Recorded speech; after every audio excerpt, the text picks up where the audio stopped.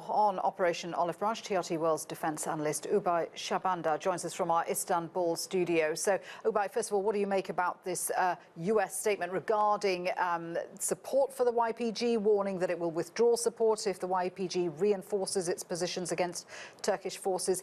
Is that going to make the YPG feel more isolated?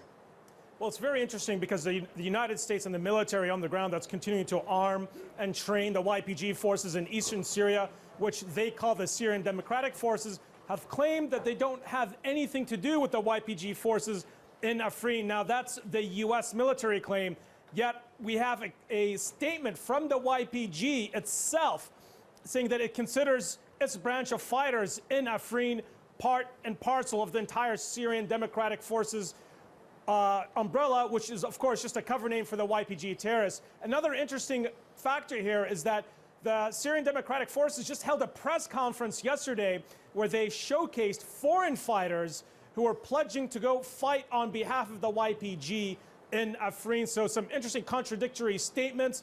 The big question here is, will the U.S. military, the special forces fighting with the YPG in eastern Syria, will they be ready or willing to stop the funding and the military movement of weapons and fighters that could potentially go into Afrin, that could possibly be used to kill Turkish soldiers and free Syrian army soldiers in Afrin? Will the U.S. be willing to stop the YPG from doing that? It's still too early to tell, but some clearly contradictory statements coming from the YPG military leadership on one hand and the Pentagon officials on the other.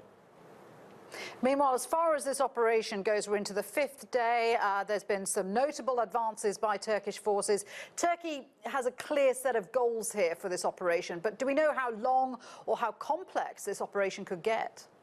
Well, this operation is going to be very complex because it is a counterinsurgency, asymmetric warfare situation on the ground. You have the Turkish armed forces and the Free Syrian Army are entering Afrin from 7 different areas of entry. We have Turkish Special Forces and Free Syrian Army fighting very difficult terrain and mountainous terrain in some areas. They've captured some key high ground positions that the YPG terrorists were using to shell villages such as Azaz and towns in the surrounding area.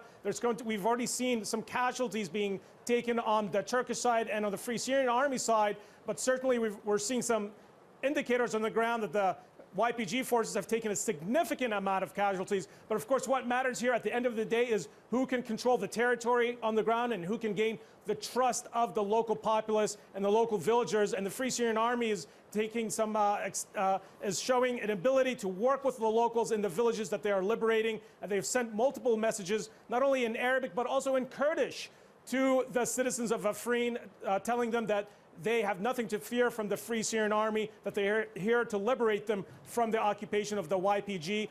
But this is certainly going to be a complex operation that may take some time, and we're already seeing the first contacts and the first skirmishes on the ground with the YPG terrorists. Oubai, thank you very much indeed for that. Oubai Shahbandar in Istanbul there.